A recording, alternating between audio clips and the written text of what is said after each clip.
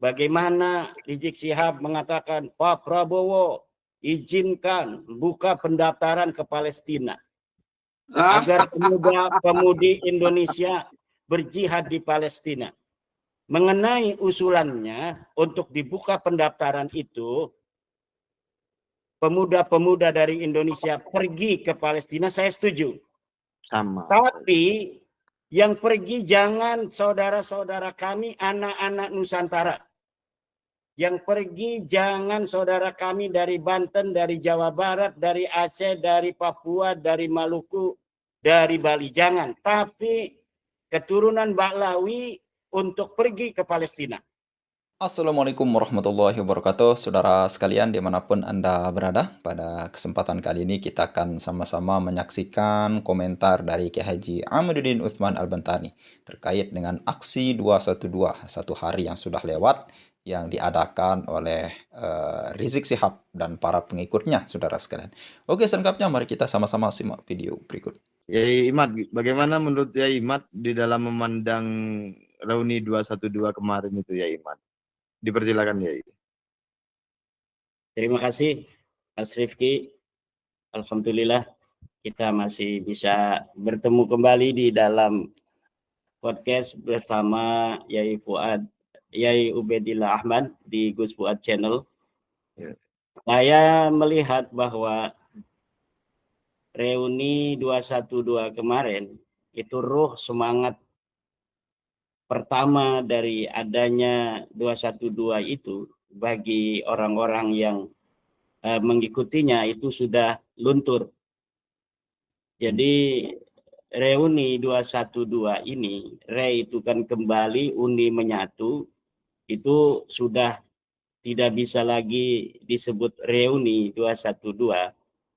Tetapi sekarang ini nampak bahwa ini adalah upaya penunjukan para khilafah, para pengusung khilafah untuk menunjukkan diri bahwa mereka masih eksis.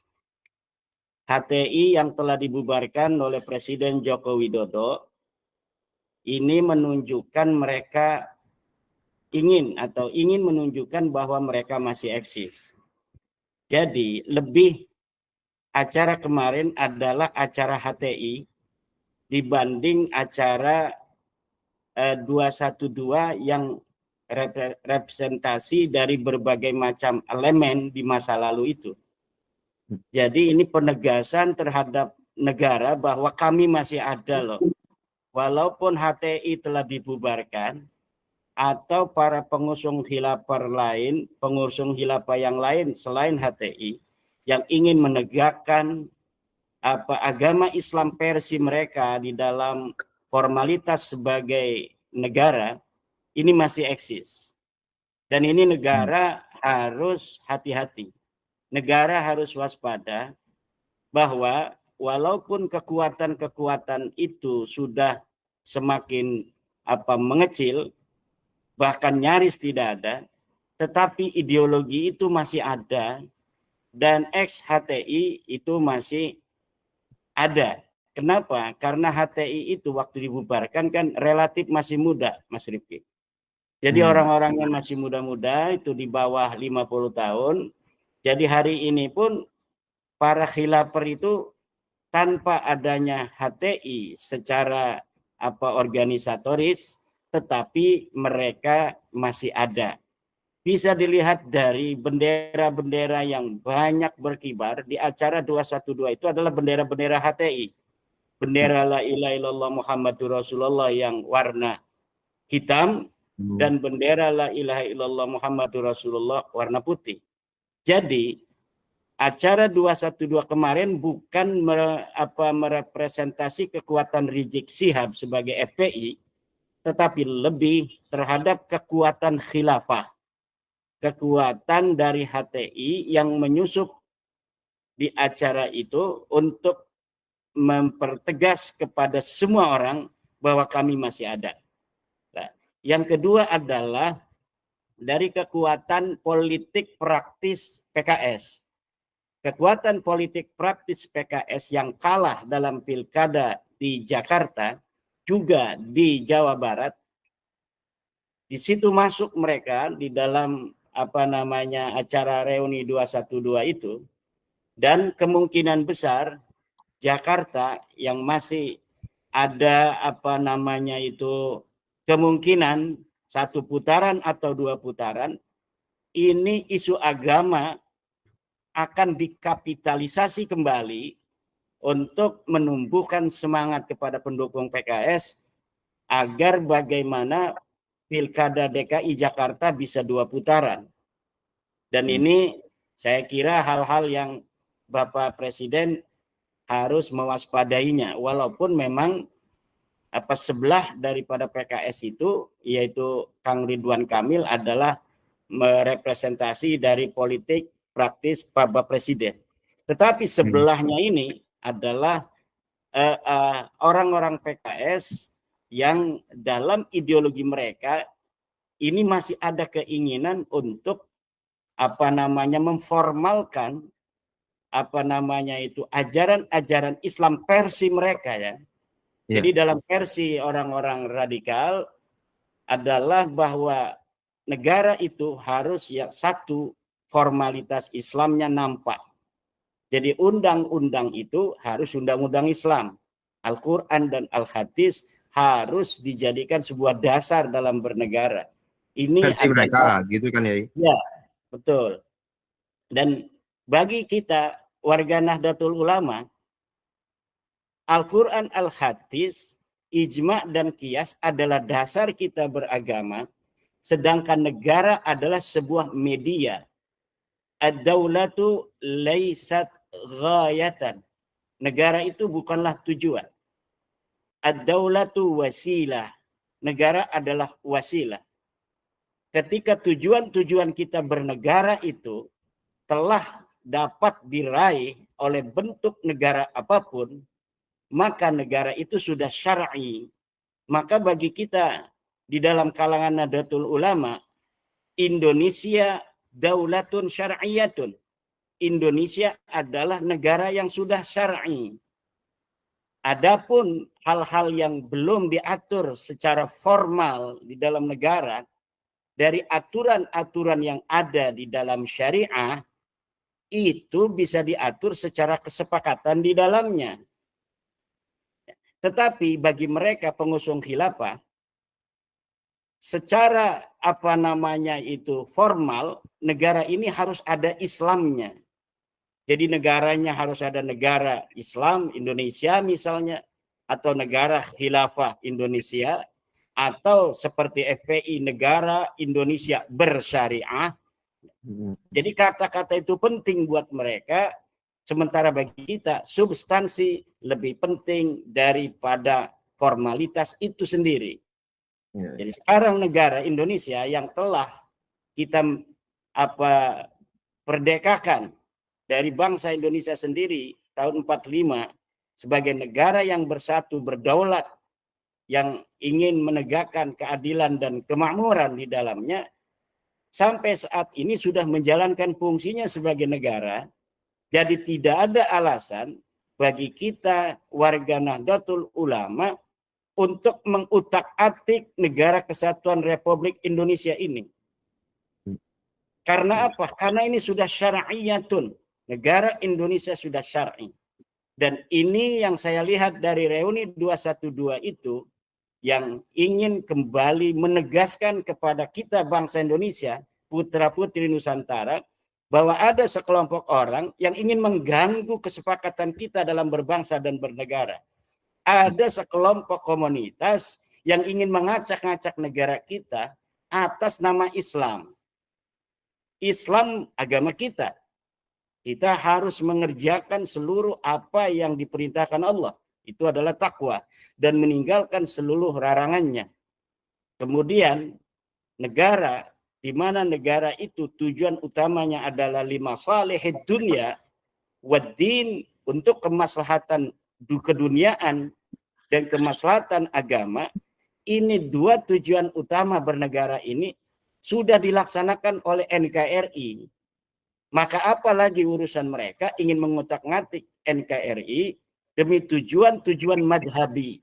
Jadi kita sebut saja tujuan-tujuan madhabi. Kenapa? Karena pengertian bahwa negara harus berbentuk syariah dengan nama syariah itu adalah sebuah tafsir keagamaan, bukan ajaran keagamaan. Kalau mereka memahami sejarah Rasulullah Muhammad SAW di Madinah, apakah Nabi Muhammad itu menamai Madinah sebagai ad-daulah asy-syar'iyyah al-madaniyah? Tidak. Tetapi negara itu dibiarkan berbentuk di dalam bagaimana bentuk negara yang dikenal pada saat itu, kemudian syariatnya dijalankan oleh bangsa itu yang ada di dalam negara, tanpa harus formal bahwa ini bentuknya adalah bentuk negara Islam. Itu yang pertama, tentang bahwa reuni 212 kemarin adalah reuninya para khilafah, orang-orang yang pengasong khilafah yang ingin mengganti Pancasila. Baik, ya Imat, boleh sampai situ dulu atau mau dilanjutkan? Boleh. Ya, baik, itu nanti ya Imat lanjutkan nanti kita perbincangannya. Ini saya mau ke Yai Tamam dulu. Yai Tamam, gimana Yai tentang reuni 212 ini Yai? Saya kasihan Mas lihat reuni 212 itu Mas. Yai Tamam ini terlalu Saya lihat pada pengasih dan penyayang sih. Jangan terlalu pengasih dan penyayang Yai Tamam. Saya lihat lemes mereka Mas. Ketika takbir itu kayak kering gitu loh Mas energinya. Yang saya lihat yang semangat itu dengan total football dalam penyampaian orasi itu yang dari Palestina itu, perwakilan dari Palestina Mas. Yang lain-lain lemes. Rizik Syihab kelihatan lemes sekali Mas. Hanif Alatas juga kelihatan lemes. Ini efek ru'yah Kiai Imad ini. Ru'yah tesis. Tapi yang datang masih Dahsyat banyak sekali. itu ya. Ya, tapi tokoh-tokoh tertentu yang menjadi inti gerakan 212 hanya 20% Mas. Yang lainnya nggak pada datang. Ya, nggak pada datang. Dan yang jelas Hanif Alatas sendiri kelihatan lemes, penerjemahnya juga kelihatan lemes. Dan kalau dulu kan Mus'id berdesak-desakan Mas. Kemarin itu kayak ibarat soft barisan itu banyak yang kosong gitu Mas. Yang menghadiri itu. Dan saya lihat itu banyak anak-anak pesantri. Entah itu dari pesantren kiai siapa saya nggak tahu. Kayaknya nggak mungkin santri-santri yang masih usia SMA lembut-lembut datang pakai motor sendiri atau umbal itu ya. Paling itu memang di asongan itu, di usungan dari pesantren siapa. Itu sudah menandakan betul-betul sudah tidak ada respon Mas di situ. Dan yang kedua, saya melihat apa yang disampaikan oleh Rizik Syihab itu betul-betul ini Mas, ingin mengadu domba antara konsep sumber kebenaran kewahyuan itu ingin dibenturkan dengan undang-undang dan Pancasila. Nah, ciri khilafah itu kan membentur-benturkan itu Mas. Padahal sebenarnya kalau mengacu pada konsep Gus Dur, sebenarnya kan tidak hanya Islam, agama manapun bisa memberikan sumbangan dalam bentuk nilai-nilai Mas. Sehingga undang-undang itu bagaimana nilai-nilai Islam itu bisa memberikan penguatan pada undang-undang negara kita. Hal yang sama dari agama-agama yang disahkan di negara ini bisa memberikan nilai-nilai. Kalau sudah berhubungan dengan nilai itu kan berhubungan dengan etik universal, Mas. Tidak dalam konteks lokal agama masing-masing pengikut agama, tapi betul-betul yang mengandung etik universalnya. Terkait misalnya dengan kemanusiaan dari perspektif Islam, bagaimana bisa disumbangkan untuk undang-undang kita. Keadilan dari perspektif Islam, bagaimana bisa disumbangkan untuk undang-undang kita. Kesetaraan dalam perspektif Islam, bagaimana bisa disumbangkan untuk undang-undang kita. Hal yang sama itu juga bisa diadop dan adap dari keyakinan yang lain, agama yang lain, tidak hanya Islam. Nah, sebenarnya ini kan universal, Mas. Dan ini sudah sudah sangat bagus strategi founding fathers kita, bagaimana agama yang disahkan di negara ini itu bisa memberikan kontribusi secara etik universal, tidak dalam konteks primordial dari sistem moral yang ada di masing-masing agama, tapi sistem etik universal itulah yang akan bisa digunakan untuk menguatkan perundang-undangan dan tata aturan dalam sistem pemerintahan kita, Mas. Dan itu sah. Tadi sudah disinggung oleh Kiai Imad, dan itu teori yang selalu diulang-ulang oleh Allah yarham Hadratul Syekh Kiai Haji Abdurrahman Wahid. Dalam konsep bernegara ini kita itu kan punya dua istilah penting, Mas, untuk memudahkan pemahaman, yaitu istilah al-ghayah wal wasail. Ghayah itu target kita dalam beragama, al-wasail itu adalah hal-hal yang menjadi instrumen atau media. Misalnya di zaman Nabi, konsepnya konsep kenabian langsung, sehingga semua permasalahan sosial itu bisa dikomunikasikan langsung kepada Nabi dan bagaimana kebijakan Nabi. Meskipun di zaman Piagam Madinah, Nabi sendiri juga ketika ada kasus suku menanyakan tentang ada salah satu di antara warga masyarakat melakukan pencurian, dilaporkan kepada Nabi, kalau nggak salah suku Khazraj. Nabi mengatakan, ya udah, bagaimana local wisdom, kearifan lokal suku kalian. Itu Nabi, nisbatnya Nabi, seorang Nabi saja mempersilahkan bagaimana sistem moral dalam suku itu diberi kewenangan oleh Nabi untuk membuat satu keputusan terkait dengan kasus seseorang yang melakukan pencurian misalnya. Ini menarik, Mas. Notabene Nabi saat itu dengan sistem Piagam Madinahnya itu.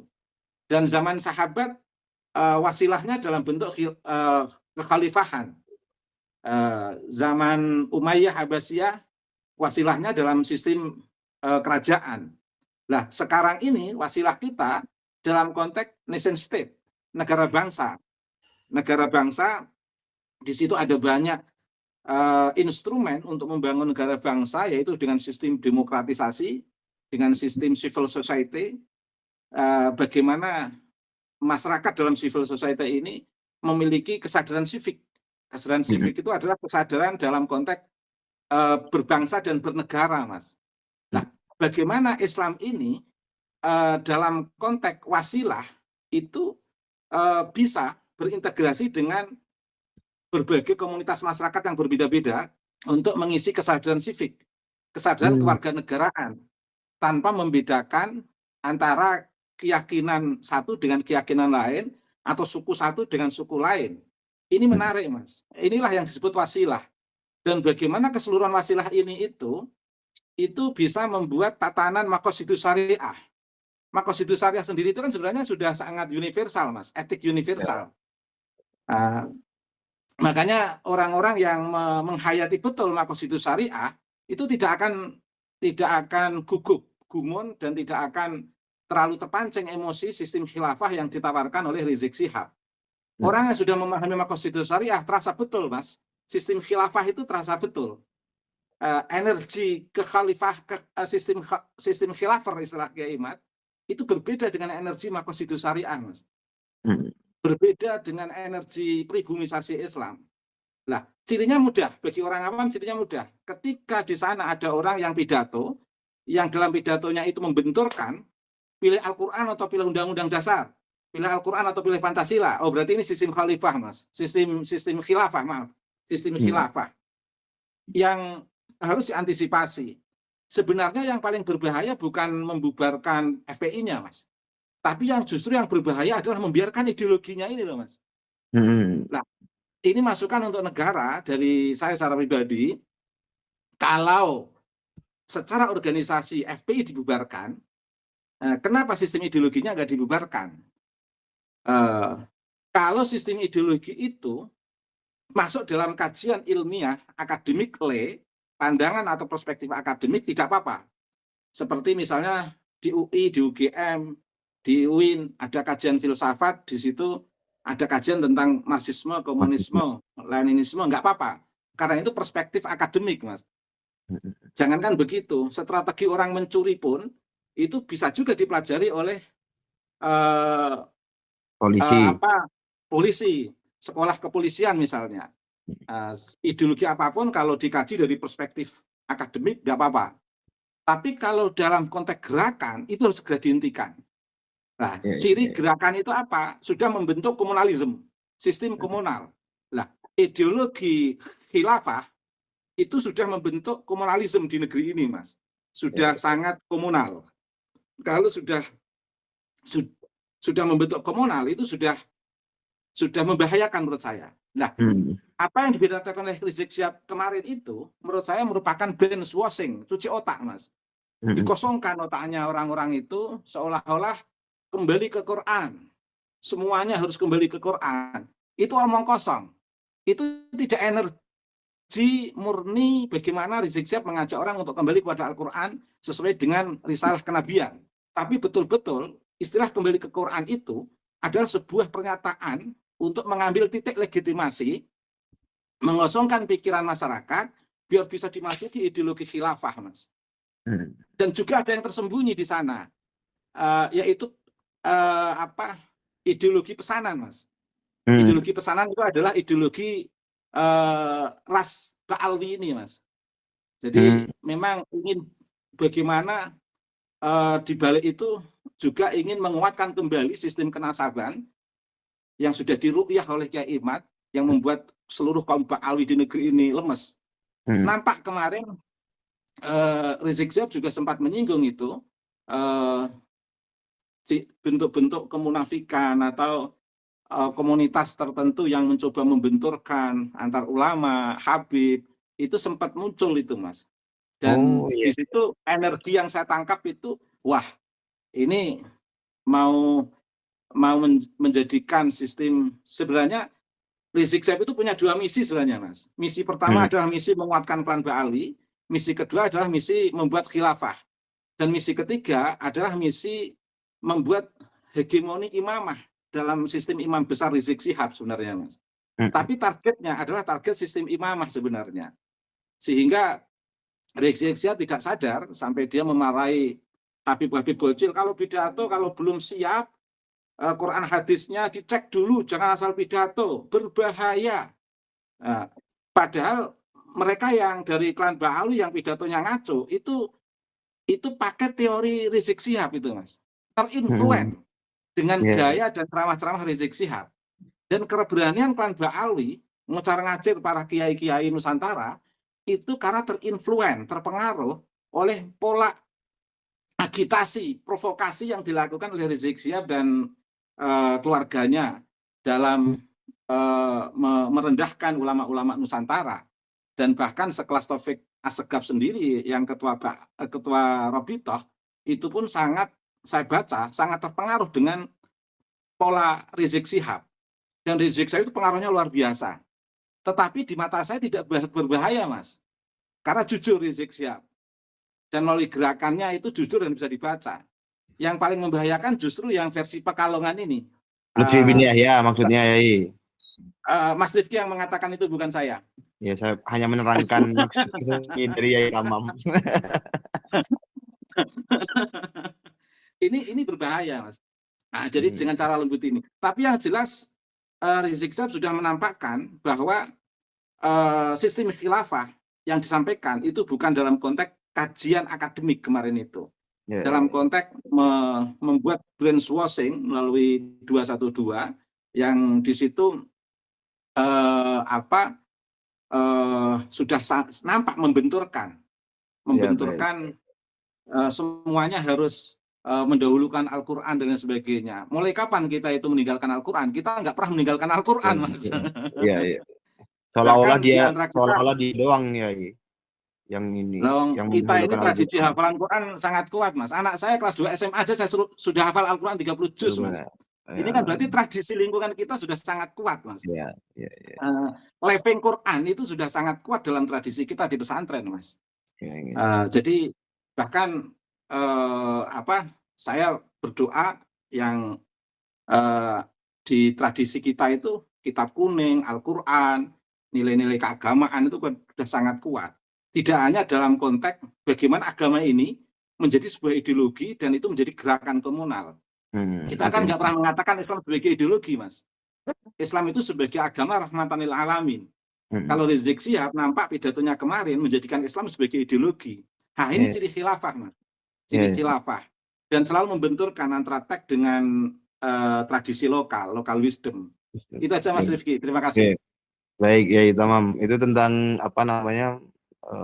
Berarti Yai Tamam mendorong pemerintah untuk membubarkan gerakan-gerakan ideologi yang atau falsafah selain Pancasila begitu kan. Lain kali itu bisa kita eksplorasi. Ya baik, ya Imat Kalau gimana? sudah dalam tataran komunalisme harus dihentikan, Mas. Ya. Tapi kalau dalam konteks kajian tidak apa-apa, Mas. Rizik Syihab masih dalam konteks gerakan komunal itu, Mas. Tidak hanya dalam perspektif kajian. Baik. Ya Imat, ada komentar lebih lanjut ya Imat Terima kasih Mas Rifki. Kedua atau mengomentari dari apa yang dipaparkan oleh Yai Tamam Munji? Ya, dari Yai Tamam Munji tadi betul sekali. Islam yang prosedural, Islam yang substansial, yang dua kutub ini hari ini masih berhadap-hadapan. Masih ada sisanya di Indonesia. Kemudian Islam yang prosedural yang hari ini masih diperjuangkan oleh HTI, ex-HTI, ex-EPI, dan lain sebagainya itu secara kelembagaan bisa dibubarkan. Tapi dalam konteks ideologi, ini kita sulit untuk membubarkan sebuah ideologi. Yang bisa kita lakukan adalah mengepung ideologi itu untuk mempersempit ruang gerak daripada berkembangnya ideologi transnasional demikian.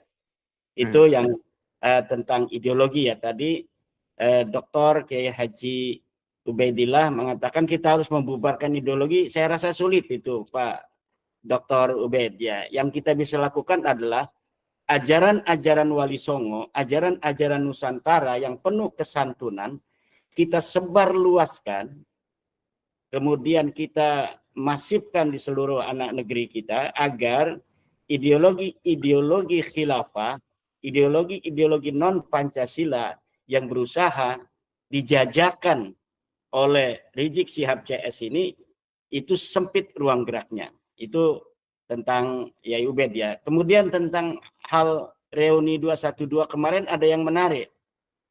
Di mana Rizik Syihab tidak berani untuk mengkritisi Prabowo.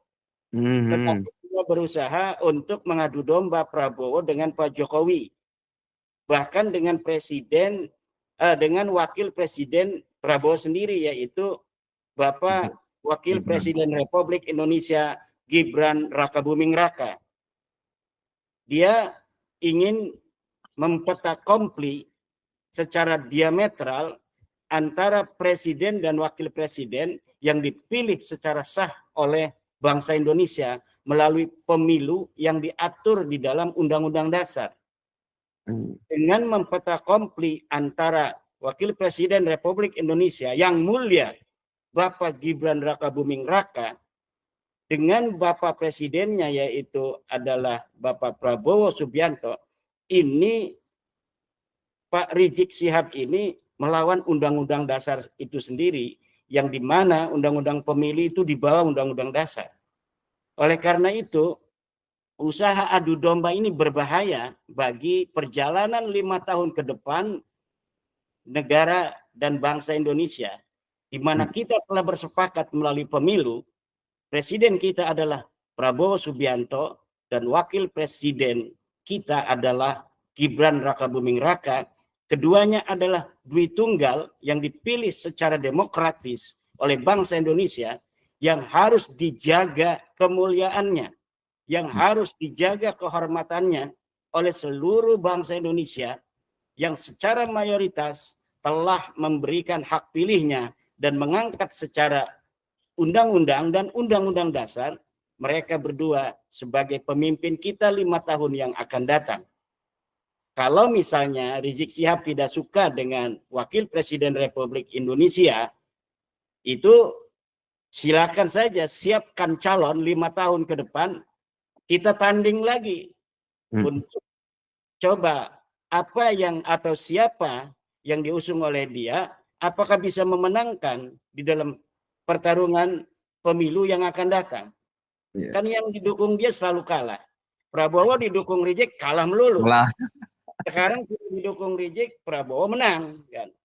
Tetapi ketika sudah menang karena di belakangnya itu ada pengaruh politis dan kenegarawanan dari Bapak Jokowi, itu sekarang Pak Rizik Syihab ini ingin mengadu domba, mempetak-kompli, seakan-akan dia hanya mengakui Prabowo sebagai presiden tapi tidak mengakui Bapak Gibran sebagai wakil presiden. Tidak bisa.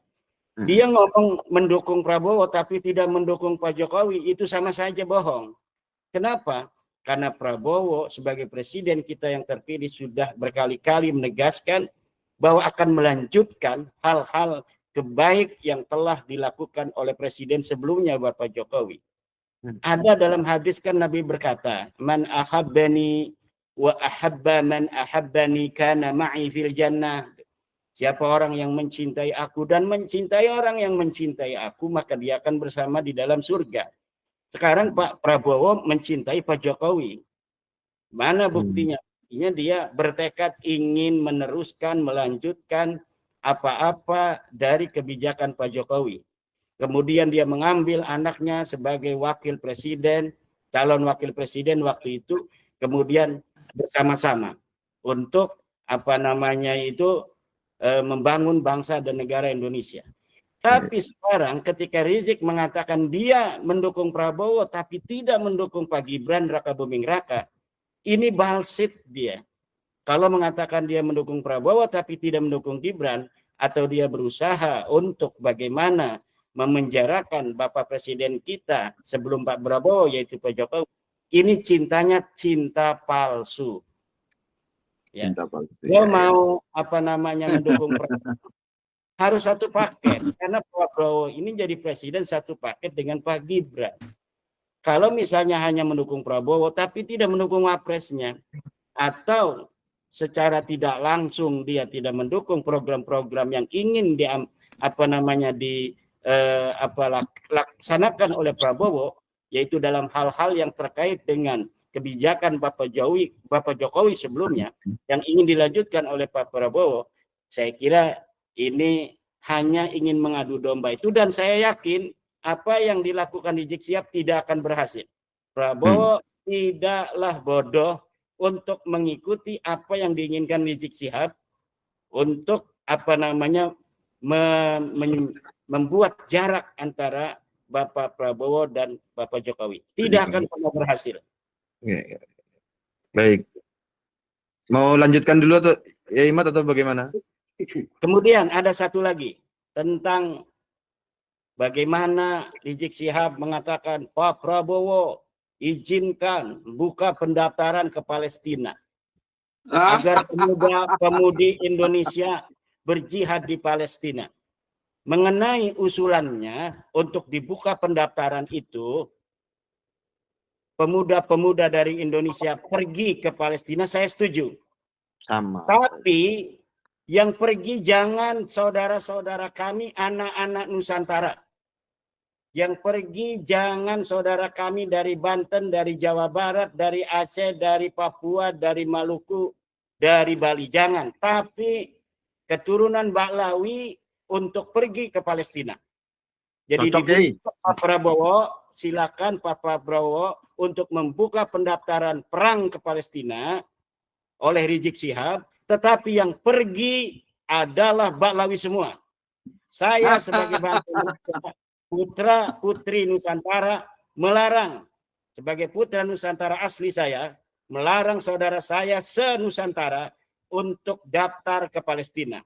Tetapi saya setuju jika Rizik Syihab membuka pendaftaran perang ke Palestina, tapi yang daftar semuanya adalah bin Syihab, Al-Atas, bin Yahya Assegaf dan lain sebagainya dari keluarga Balawi.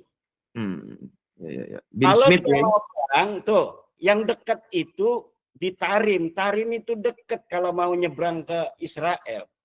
Dan Al-Hausi di sana, orang-orang Yaman membantu Palestina sudah jelas perang untuk melawan Israel dan sekutu Israel. Amerika lewat kayak dari Yaman diserang oleh Al-Hausi, turunan Nabi itu di sana. Tapi adakah Balawi yang mau membantu Palestina? Adakah Balawi yang mau membantu Palestina yang ada di Tarim? Tidak ada, kita tidak dengar kaum Balawi yang ada di Tarim itu membantu Palestina atau membantu Houthi dalam rangka menyerang Israel. Tidak ada. Maka saya sekali lagi nyatakan setuju dengan rencana Rizik Syihab membuka jihadar ke Palestina, tetapi tidak setuju kalau anak-anak Nusantara yang ikut. Yang ikut cukup dari Al-Attas, yang ikut cukup dari bin Syihab, bin Yahya, Assegaf, Bafaraj dan lain sebagainya. Tetapi Sugiono, Fuad, Ubed, Imad, Rifki, jangan. Biarkan yang pergi itu adalah Al-Attas, bin Syihab, bin Yahya dan lain sebagainya saja. Ya. Baik. Itu. Ya, saya juga setuju itu ya.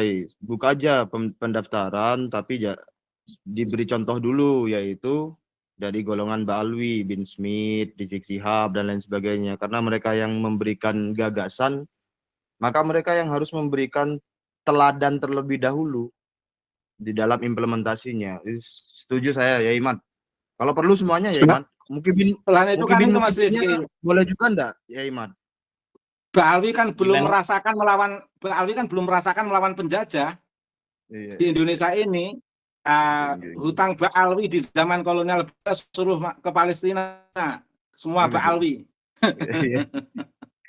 Ya, Iman, itu mukibin Ba'alwi itu boleh dikirim juga apa tidak usah juga? Tidak boleh. Oh, tidak cukup boleh. 6 saudara kami yang mati gara-gara Rizik Syihab. Tidak boleh ada lagi tambah saudara-saudara saya dari anak-anak Nusantara yang mati konyol. Baik. Berarti khusus Ba'alwi. Khusus ya? Ba'alwi. Oke, baik. Jadi walaupun mukibin itu mendaftarkan diri, Bapak Prabowo Subianto sebagai presiden wajib untuk melarang mukibin itu ikut.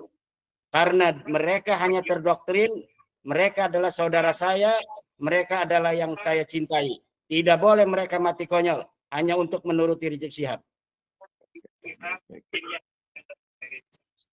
Baik, selamat datang pada Gus Fuad. Selamat bergabung.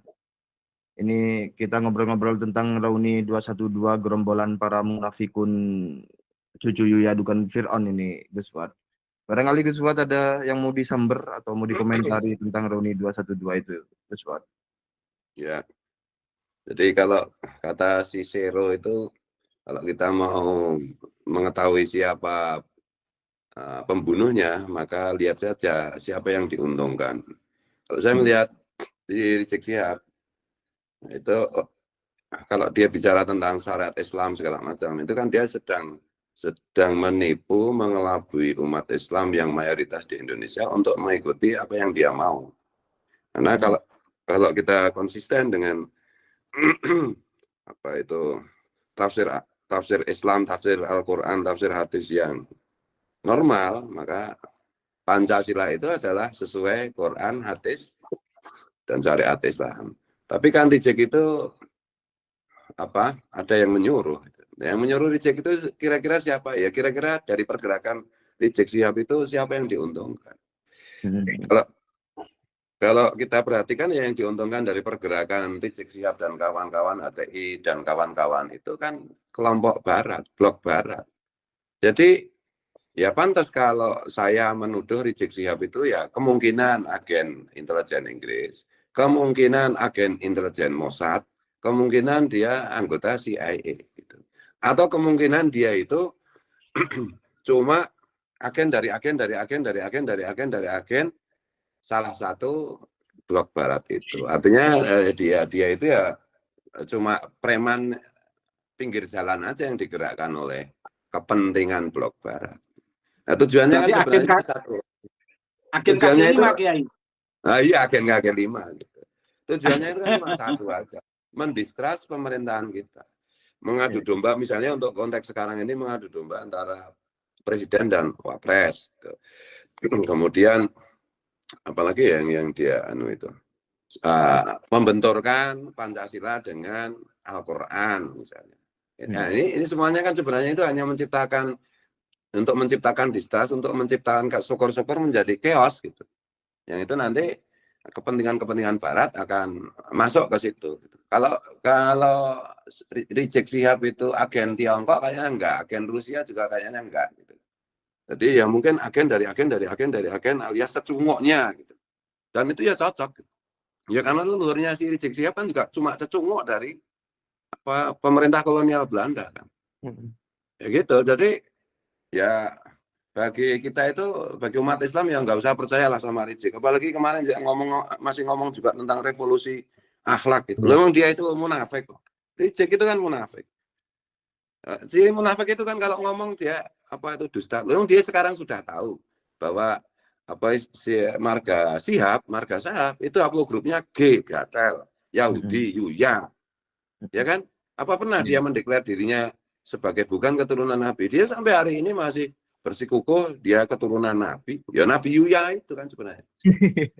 Ya dari situ aja, masa kalau ada orang Indonesia masih percaya sama Rizik Syihab itu ya saking gobloknya kan. Ya masalahnya itu misalnya kemarin itu ada juga kiai yang ikut gitu, abuya yang ikut.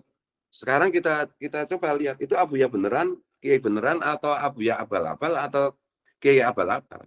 Oh beneran ada santri. Oh berarti sekarang ini kita harus menerima kenyataan ada abuya dan ada kiai yang otaknya soplak, yang goblok kan gitu aja. Karena nggak mungkin kalau nggak goblok kok mau ikut Rizik Syihab, itu nggak mungkin. Iya. Jadi kalau saya itu ya biarin aja, dan sebenarnya saya nggak terlalu tertarik membahas ini reuni 212, tapi karena ada sahabat saya Kiai Imaduddin Utsman dan Kiai Tamam pengen membahas, ya saya ikutlah gitu. Tapi ini semata-mata saya ikut ini karena Kiai Imad dan karena Kiai Tamam, bukan karena reuni 212. Reuni 212 itu berapa kemarin tuh perkiraan yang datang kan sekitar 4.000 orang aja. 4.000 orang itu artinya yang 2.000 orang itu pasti aparat kepolisian, TNI, intelijen gitu. Jadi praktis ya cuma 2.000 orang yang datang. 2.000 orang dari seluruh Indonesia, dari perbandingan reuni peristiwa 212 yang dulu itu kan nggak ada apa-apanya. Itu cuma ya kalau uang ya receh saja. Dan ini semua kan sudah sejak 1,5 tahun atau 2 tahun yang lalu kita sampaikan bahwa kita harus mensosialisasikan temuan tesis dari Kiai Imaduddin bahwa Habib Baklawi itu bukan keturunan Nabi. Kalau masyarakat sudah tahu, maka pergerakan mereka semua yang mau merusak negara, yang mau merusak Pancasila, yang menguntungkan kepentingan asing dan merusak Indonesia itu pasti mudah sekali dipatahkan. Dan hari ini kan terbukti reuni 212 yang datang ya cuma seberapa segelintir orang saja. Ya karena dulu itu jadi ramai karena persepsi bahwa si Rizik itu keturunan Rasulullah. Nah sekarang setelah tahu ya nggak ada yang sudi. Gitu. Iya. Ya maka kata kuncinya kan saya bilang bahwa yang harus mungkin Kiai Ahmad masih ingat itu. Yang harus digemakan, yang harus disosialisasikan itu soal nasabnya Habib saja, bukan soal perilaku mereka atau kasus-kasus yang mereka lakukan. Pokoknya kalau nasabnya rungkat, semua yang mereka lakukan akan rungkat. Karena sejak dulu saya berpikir bahwa yang lebih berbahaya itu bukan Rizik Syihab, tetapi Lutfi bin Yahya. Gitu. Lutfi bin Yahya itu lebih berbahaya daripada Rizik Syihab. Kalau bagi saya Rizik Syihab itu ya cuma preman kampung aja lah. Biarin aja mampu sendiri dia. Lama-lama juga nggak ada yang ikut. Tapi Lutfi bin Yahya itu dengan omongan halusnya, dengan halusinasinya, menerima wisik-wisiknya, itu bisa mengacaukan barisan nanti gini. Hari ini terbukti. Gitu loh. Dan sorry aja ini yang di PBNU itu juga nggak punya nyali, udah gitu aja. nggak punya nyali. Tapi saya harus declare juga loh, saya bukan pendukung MLB NU, gitu loh. Saya tetap mendukung apa itu Gus Yahya sebagai ketum PBNU sampai muktamar berikutnya yang normal gitu. Tapi saya kecewa dengan Gus Ketum ini. Kalau bicara sih, kalau kelihatan apa itu luar biasa. Cuma kalau menghadapi Baklawi kok jadi inferior juga. Itu saya ini jengkel. Bagi saya itu persoalan Habib termasuk si Lutfi itu tanggung jawab NU nomor 1 itu, tanggung jawab PBNU.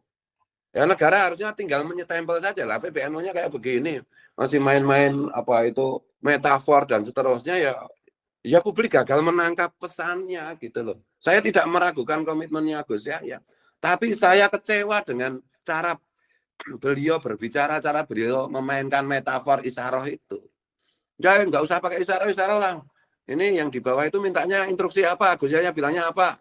Si Habib itu apa itu masih dianggap keturunan Nabi apa bukan? Si Habib itu masih dianggap NU apa bukan? Setelah terbukti bahwa secara saintifik, secara ilmiah Habib itu bukan keturunan Nabi, dan apa itu secara empirik jelas-jelas bahwa Habib itu merusak NU menjadi parasit NU, mau kita apain gitu loh. Kita nunggu instruksi ketum PBNU.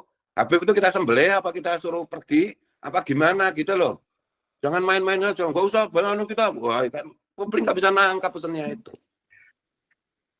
Ya ini saya agak keras nggak apa-apa, Gus Ketum juga membiarkan Kiai Imad dipecat kok.